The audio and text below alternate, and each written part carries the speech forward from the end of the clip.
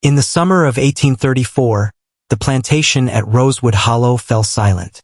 Entire families, masters, children, servants, were found butchered in their sleep. No culprit was ever recorded in the official archives.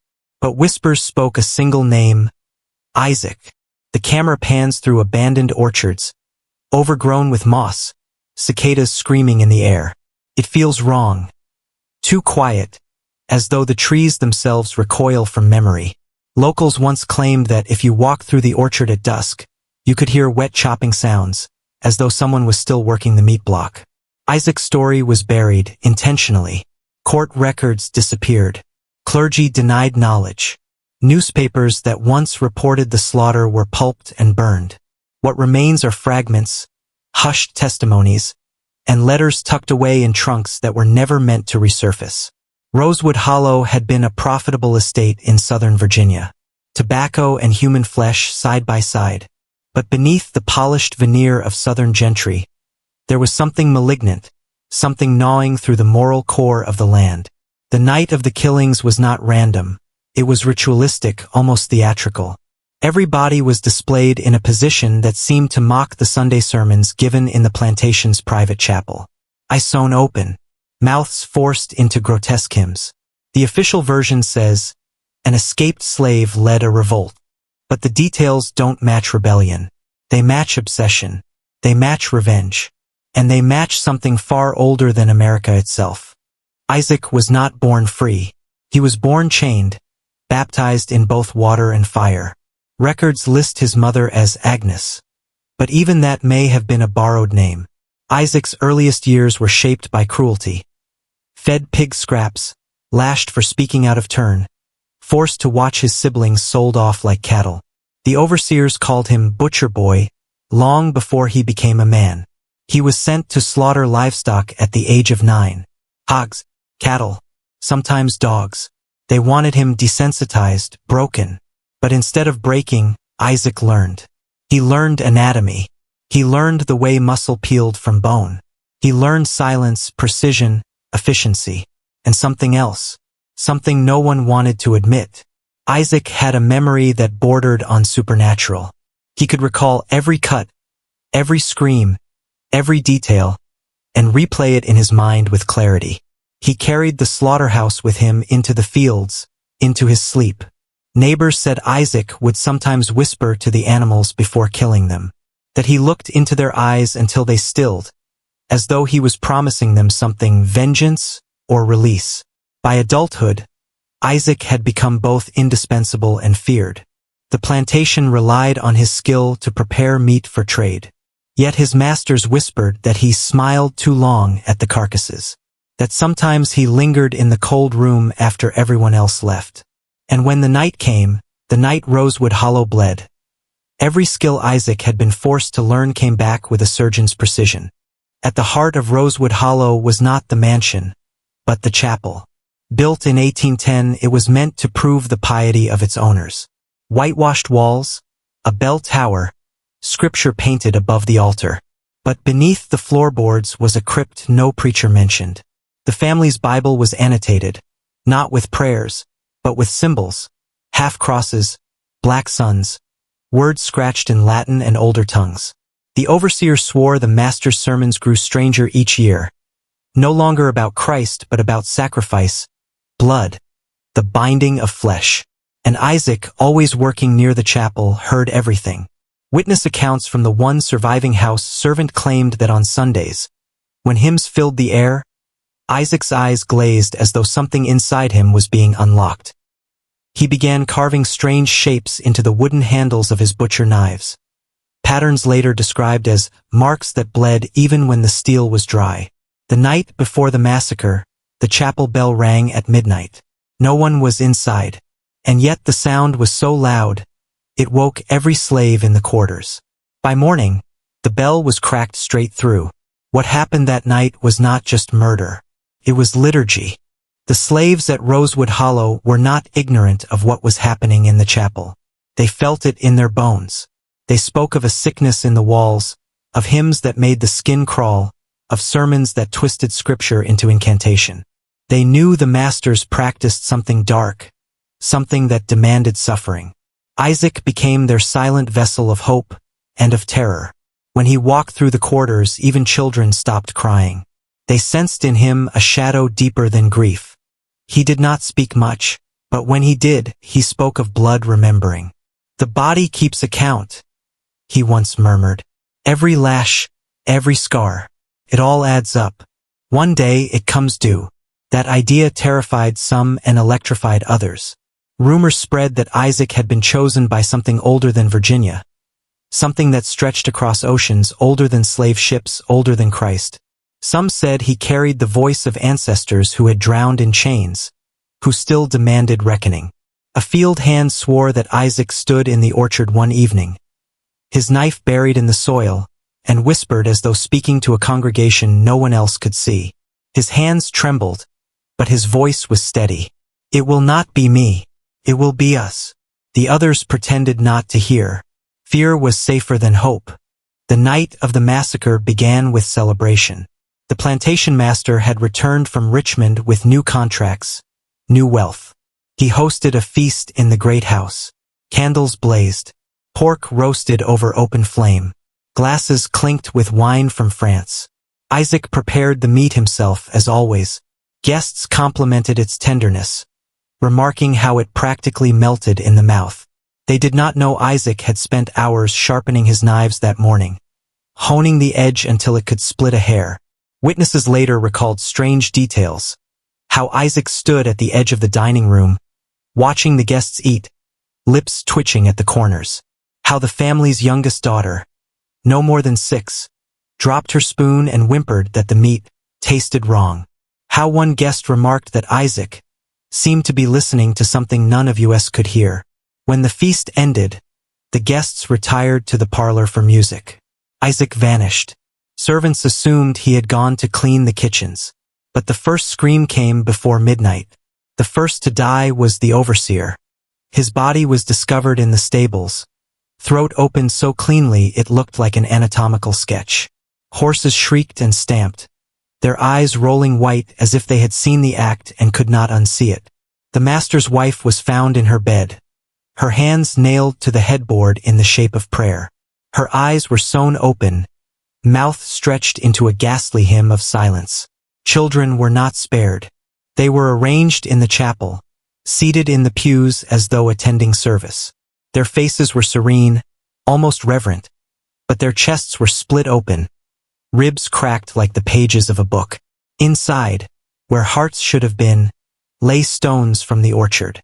Each scene of death was deliberate, meticulous. Isaac was not raging blindly, he was composing. His knowledge of slaughter had transformed into a dark liturgy. The few survivors, 2 house servants who fled into the woods, swore they saw Isaac standing at the altar, his apron soaked red, his head tilted back as though listening to a sermon only he could hear. And then the bell rang again, but no one struck it. At dawn, smoke drifted over Rosewood Hollow. A rider sent to deliver supplies discovered the carnage. What he saw inside the mansion sent him vomiting into the orchard. Word spread quickly. Yet when local authorities arrived, they hesitated at the threshold. Hardened sheriffs, men who had seen duels, lynchings, hangings, refused to step inside. One deputy whispered that the air was wrong, thick like butcher's steam, heavy with a silence that clung to the lungs. The dead were counted, though numbers never agreed. Some said 20, others 30. Even the census became a blur. Strangely, the bodies were never buried properly. Officials claimed they were taken to a churchyard in Richmond. Yet no grave markers exist. No records. Only a ledger entry scratched out with ink. And Isaac? Gone. Not a footprint, not a blood trail. Some believed he fled into the woods. Others swore he dissolved into the night itself. But the bell in the chapel cracked deeper that day, its wound widening, as though metal itself recoiled from what it had rung to witness. The nearest settlement, Carter's Crossing, should have been shaken. Instead, it closed ranks. Shopkeepers refused to discuss the hollow. Pastors insisted the massacre was the devil's trick, a fabrication of the mind. Newspapers printed a single paragraph, then moved on to tobacco prices and weather reports. Behind closed doors, though, panic rotted the town. Families whispered of children waking screaming, their mouths full of blood, though no wound was visible. Farm animals slaughtered themselves against fences. Some claimed to see Isaac's shadow walking the orchards, blade in hand, his face blurred like smoke. But the greatest horror was silence. Survivors who spoke too much were found hanging in barns or drowned in wells. Rumor said the sheriff was ordered by Richmond elites to cleanse the story, erase the evidence, keep the economy stable. No one wanted whispers of slave revenge sparking across plantations. So Carter's Crossing sealed its lips, and Rosewood Hollow was left to rot. By 1840, Rosewood Hollow vanished from official maps. Property lines were redrawn, names reassigned, boundaries blurred until it seemed the estate had never existed. Archivists who searched for deeds found only torn pages, ink-black stains, documents folded into nonsense. The Virginia Historical Society received anonymous crates of letters, each describing the massacre in detail, but the crates burned in a mysterious fire before cataloging. The chapel bell was stolen, or perhaps hidden. Some said it was melted down into musket balls for the Civil War. Others swore it was buried beneath the orphanage in Carter's Crossing, where children claimed they could hear faint ringing in their sleep. By the dawn of the 20th century, Isaac's name survived only in whispers. But even those whispers were dangerous. Farmers warned their children, do not wander into orchards after dark. Do not listen to bells at night. And never trust a butcher who doesn't blink. For history does not forget. It waits. By 1872, a brick orphanage stood on the edge of Carter's Crossing. It was built on land no farmer wanted, soil that still stank of iron after rain. The children who lived there whispered that at night, the floorboards shuddered as if something beneath them was trying to breathe. The matron punished such talk, but she herself grew gaunt, eyes ringed in sleepless circles. She told a priest that the children would sometimes awaken with cuts on their arms, thin, deliberate lines, as though someone had been sketching upon their skin while they slept.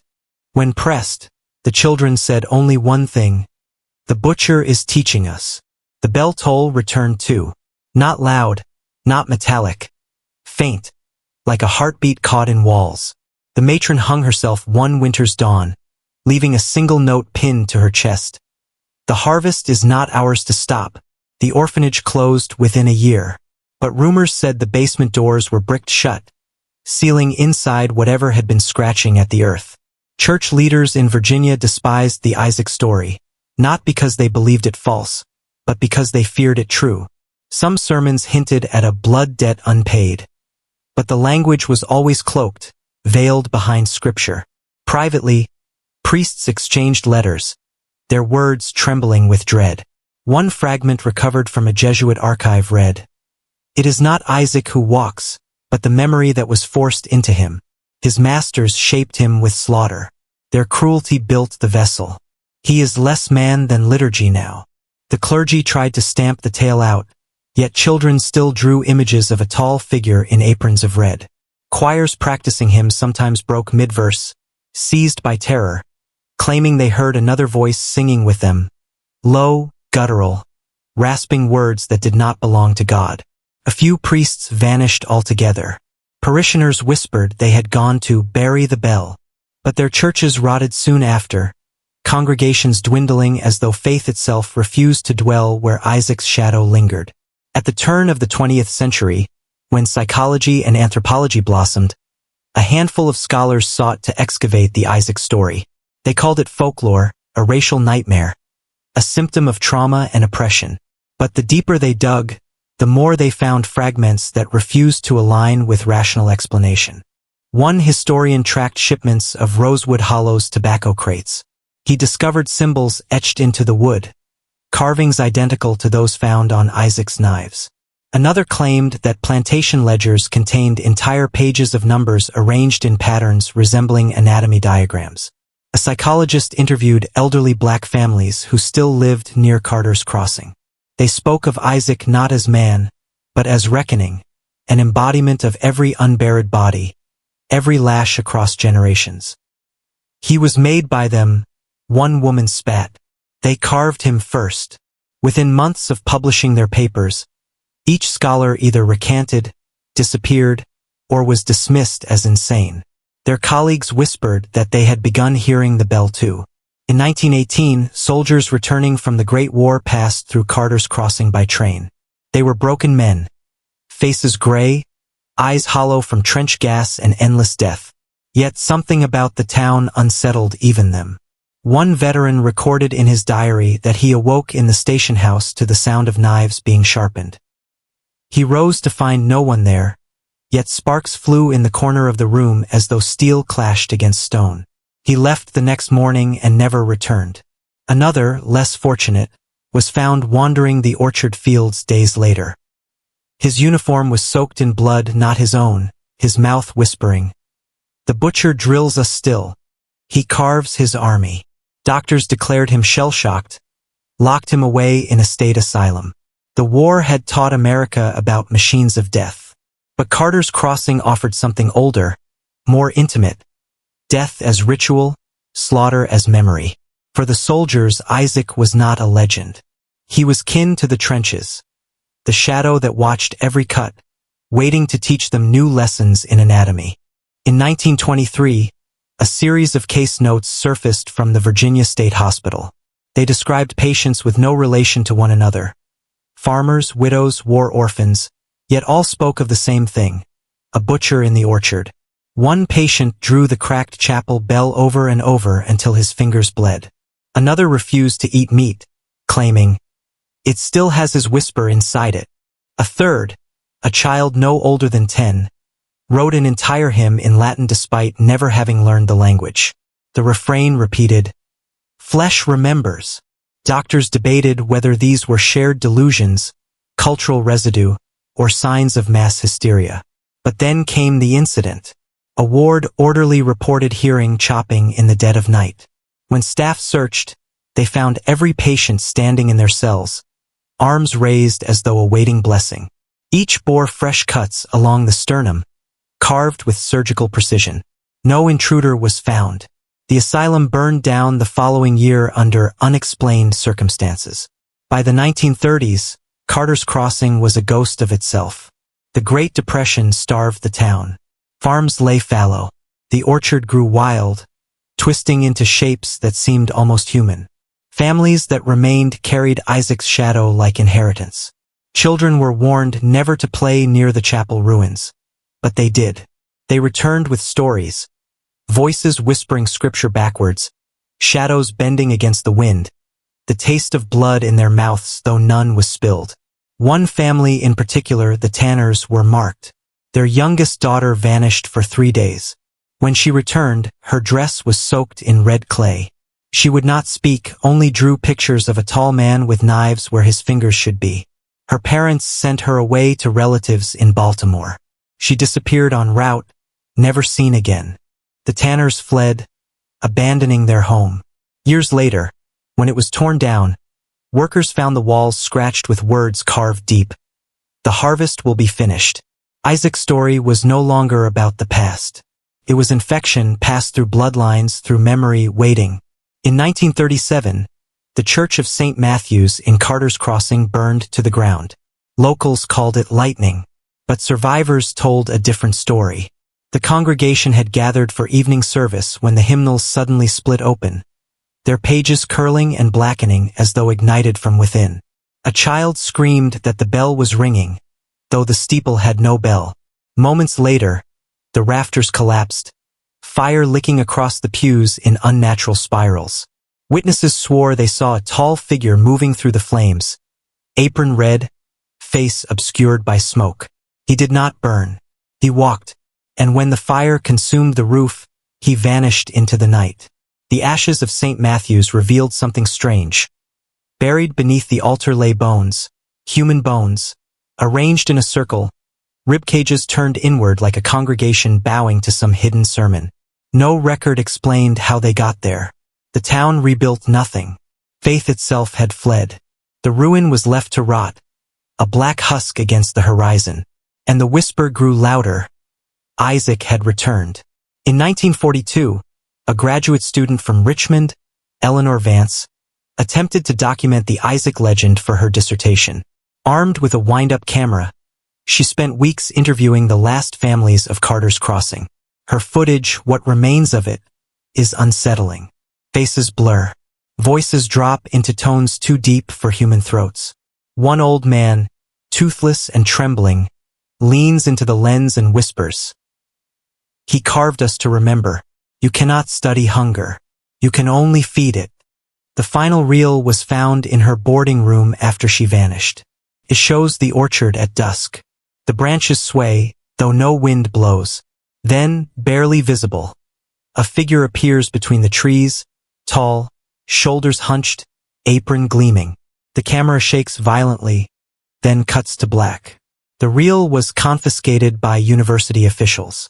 Decades later, archivists discovered the metal canister warped as though clawed from inside. Eleanor's body was never found. By the late 1940s, whispers of Isaac had evolved into something more dreadful. The idea that his work was not done.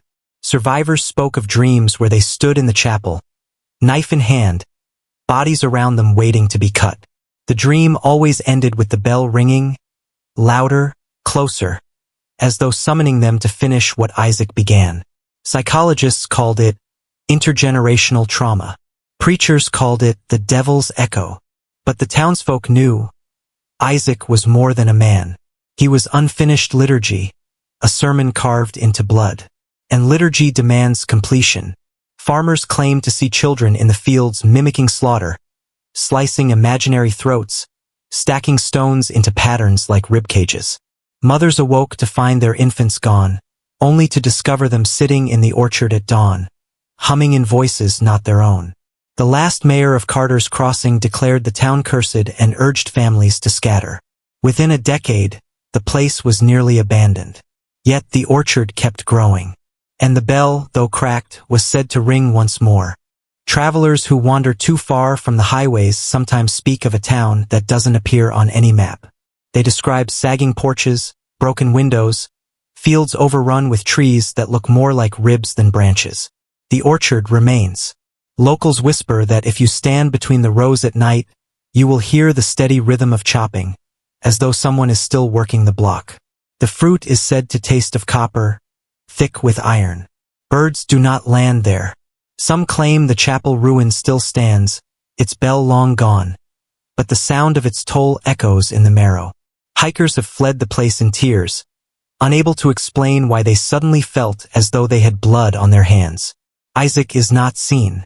He is felt. In the way the wind moves without moving. In the way silence thickens like steam. In the way memory itself carves new wounds into generations that never knew the lash. What was Isaac? A man shaped by cruelty? A slave who carved his vengeance into scripture? Or something far older, an embodiment of hunger, of debt, of the flesh itself remembering? History insists he vanished. But history lies. It buries what it cannot cleanse. Isaac was not erased, he was planted. And like the orchard, he is grown in secret, twisting upward, waiting for the harvest. The truth is this: every society builds its butchers. Every cruelty teaches the knife. And every wound, unhealed, becomes a sermon waiting to be finished. When the bell rings again, and it will, remember Isaac. Not as a ghost, not as a man, but as the liturgy of blood that America tried to bury. And ask yourself, when the butcher calls, whose flesh will he carve first?